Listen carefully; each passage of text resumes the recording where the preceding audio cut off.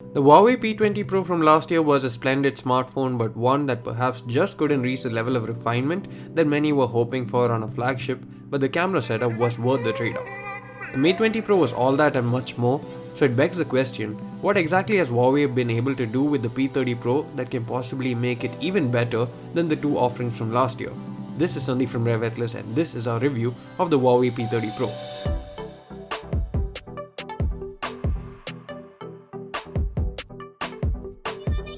Let's start with the design. The P30 Pro is more of an evolution of the design language that its predecessor set off on. It retains a dual curve size like the Mate 20 Pro, but combines them with the vertical camera layout at the back like the P20 Pro. It also feels more refined and premium compared to even the Mate 20 Pro, which, as we said in our review, reminded us of the Galaxy flagships from Samsung in a good way. In a way, the P30 Pro feels more like the Mate device than a P series device due to the more rectangular shape with rounded edges rather than being round overall.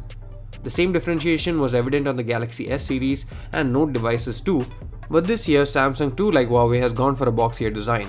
The phone feels great in the hand and feels pretty easy to use despite the large display.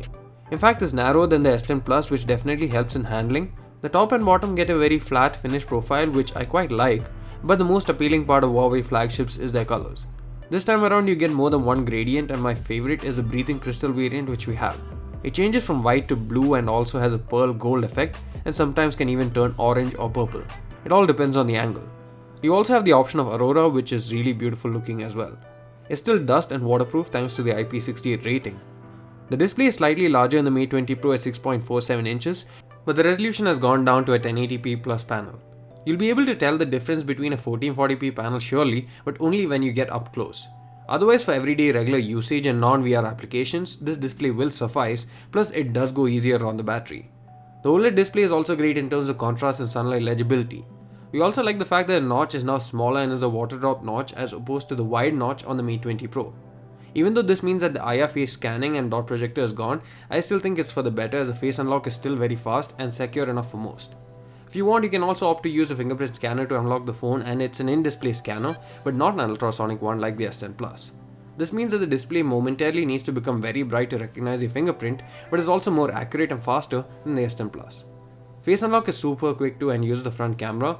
So far we haven't scratched our unit's glass, at least not any major scratches, but it seems that this time we don't have Corning Gorilla Glass protection as well, but we do have tons of micro scratches, so a screen protector could be a high priority if you wanted to keep looking like new. The display also supports DCI P3 color gamut and HDR10, and the color shift at steep angles that was there on the Mate 20 Pro isn't there now, or at least it has been greatly minimized. The P30 Pro features a Kirin 980 octa-core chipset, which is a 7nm chipset built in-house by Huawei. It provides great performance and is also efficient in terms of battery life, which we shall discuss later on in the review. We have never had any issues related to performance, and 8GB of RAM also works great for multitasking. It does well in terms of gaming too, and while I can't exactly comment on PUBG, I've never faced any latency or lag that does plague some older Huawei devices due to a GPU. This was fast and worked brilliantly well. There's 256GB of storage as expandable using the hybrid dual SIM card slot, and at first glance you'll think that the slot is a single SIM, but it's actually a clever design. It has the cards back to back, which should give it more room inside for other stuff, but one downside is that while it supports memory expansion, it doesn't take microSD cards. Instead, it takes NM cards, which is the new standard developed by Huawei and one that's shaped and sized exactly like a nano SIM. Smaller with same capacity and performance is usually a good thing, but not when availability is scarce, and it seems like that's going to be the case for a while. The phone comes with Android 9 Pie and EMUI 9 on top of it. It's smooth and RAM management is also very good. Camera to API is enabled out of the box save for RAW support, but the default camera app itself allows RAW capture through the Pro mode. You also have L1 wideband support for HD streaming, Netflix or Prime. The Mate 20 Pro had a stereo speaker unit where the earpiece doubled up as a secondary speaker, but on the P30 Pro there's no earpiece. Not a traditional one anyway.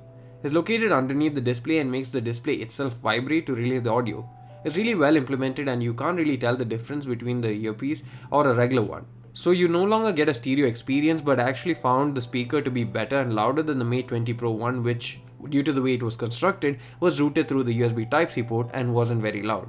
This is much better in terms of loudness, even though it's mono. The phone needs an adapter or dongle since there's no 3.5mm audio jack, and audio is routed through the USB Type-C port.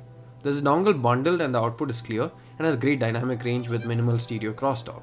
The P30 Pro gets a quad camera setup at the back that consists of a 40 megapixel 1x1.7 inch sensor size with f1.6 aperture as well as a new RYYB subpixel arrangement.